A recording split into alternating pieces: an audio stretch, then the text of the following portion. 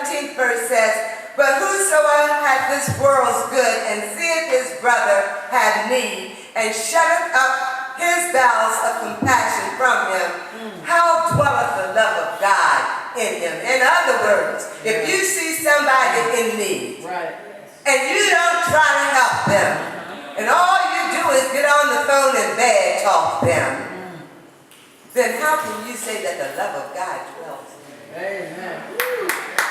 As a team, we must get along with one another. Amen. No strife, no bickering, no backbiting, Yes. no divisions, and God help us, no cliques.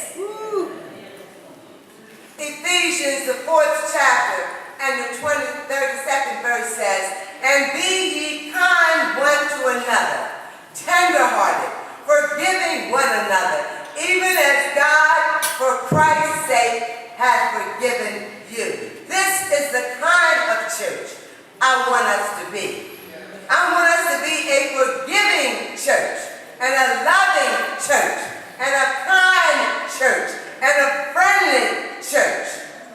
And I'm going to make mistakes. I'm going to make mistakes because I'm not perfect. And I might do something that will make you upset at me. Just forgive me when I do, because I plan on forgiving you when you do. Because you're not perfect either. The fourth point is there are different positions on a football team. I'm going to hurry this along. Not everyone can be the quarterback. Not everyone can call the plays. The quarterback calls the plays. Not everyone can be the quarterback. Not everyone can be a running back. Not everyone can be the middle linebacker. Those are the glory positions. The team needs players in all positions. It needs offensive linemen, defensive linemen, and special team players. Every position is vital to the team if it's going to win.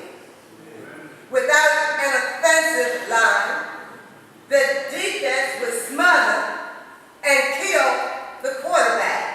Am I right about it? Without a defensive line, the quarterback and the running back would gain yards at will. Am I right about it? We have to have different positions, different responsibilities in the church, because God is a God of order. O-R-D-E-R. God is a God of order.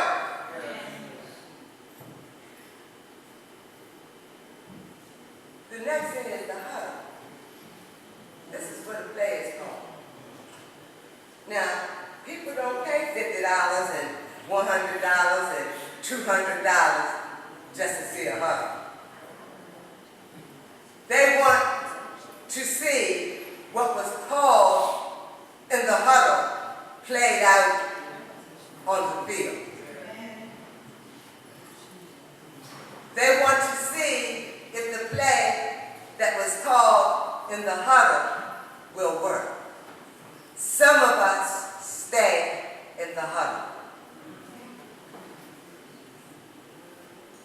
We stay in the huddle, always talking about what should be done, what could be done if. People are looking to see us get out of the huddle and make the play.